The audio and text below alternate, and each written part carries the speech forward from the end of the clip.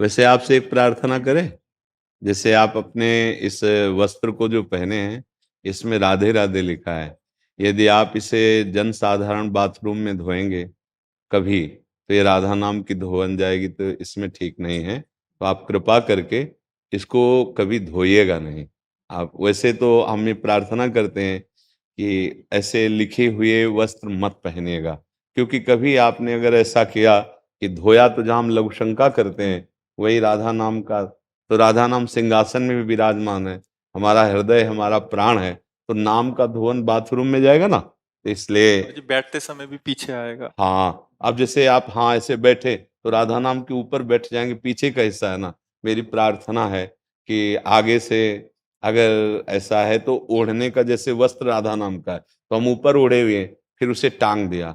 अगर कभी धोना पड़े ना, तो हम तो कहेंगे ये सलाह कि यमुना जी में, वृंदावन में धोए, नहीं तो राधा नाम है, अगर जन साधारण के पैर के नीचे भी पड़ा तो ठीक है। एक बार क्या हुआ, राधा बाबा को जानते हो, गीता वाटिका में नाम सुना होगा, तो वहां घनश्याम दास ठाकुर जी वृंदावन के थे, तो वहां ऐसे ऐसे रज में लिख दिया, ऐसे राधा। बाबा जब वहां से निकले तो देखा उनका, किसने लिखा, जमीन पे, किसी का पैर पड़ जाएगा, बोले ठाकुर जी ने लिखा। वो ठाकुर जी बनते थे रास में, तो बुलाया उनका, ठाकुर जी आपने ऐसा कैसे कर दिया। और फिर वहां की पूरी रज उठाकर अपने अचले में और फिर तुलसी जी के घेरे में डाली। तो महापुरुष जन राधा नाम की महिमा जानते, तो इसलिए हमें देख के लगा कि आप कृपा करके यहाँ आए हो, तो आप ये सीख ले लो कि आप सादे वस्त्र धारण कीजिए। हाँ, ऐसा महाराज जी मतलब किसी भी नाम पे, जैसे हाँ, कोई कोई राम भी नाम राम लिखा है। नाम या कृष्ण नाम, हरि नाम, जो भी है ना, अगर हम दुपट्टे में है तो चलेगा। दुपट्टा ओढ़ लिया ना, फिर उसे सम्मान से टांग दिया, लेकिन हम उसे बाथरूम में नहीं धोएंगे, क्योंकि नाम विराजमान है। हम जितना नाम का आदर करेंगे उतना ही नाम हम पर कृपा। महाराज जी एक और इसमें आजकल ठाकुर जी राधा कृष्ण की छवियों वाली टी शर्ट्स आदि भी डालते हैं लोग, उसको भी सेम विधान रहेगा? वैसे हम भावते ही करेंगे कि जैसे हम छवि को भी तो सिंहासन में विराजमान करते हैं। अब मान लो राधा कृष्ण जी की छवि बनी है और हम उसे ऐसे धोएं, तो नाम और रूप तो बात एक ही हो गई ना। आजकल क्या है, लोग अपने सामान को बेचने के लिए ऐसे नाम प्रभु के रख देते हैं, अब या कार्ड में नाम छपवा देते हैं, या अब ये उनको ये पता नहीं है कि इसको कार्ड, जो निमंत्रण कार्ड में नाम बनाया, प्रभु का रूप बनाया, वो उसे डस्टबिन में फेंकेगा, फेंका जाता है ना। अब वही नाम हम जपते हैं, वही रूप प्रभु का, हमें लाभ कैसे मिलेगा, क्या अपराध नहीं बनता।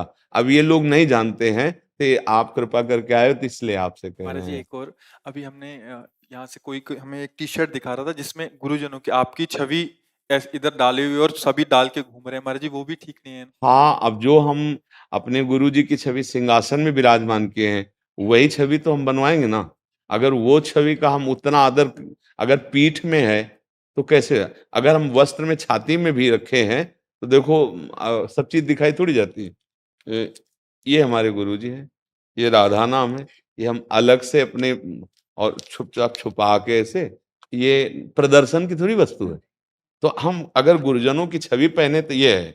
अब हम इसे धोएंगे थोड़ी, ये आजीवन हमारी छाती से लगी। अब कपड़े पे तो मतलब उपहास समझो ना, जैसे पोस्टर में छपा दिया, नाली में फटा गुरुदेव का पोस्टर पड़ा है, उसी गुरुदेव को हम सिंहासन पे विराजमान किए हैं, और उन्हीं का तो हमें लगता है कि यही हमारी भक्ति नहीं होने देते। जो ये गलतियां है ना, ये हमारे अंदर भक्ति का रंग नहीं आने देते। तो ये सब आपकी आपकी जैसे भावना देखी ना, तो इसलिए हमें मन आया कि चूड़ी तो भी राधे राधे लिखते, वो भी पहने हैं या नहीं?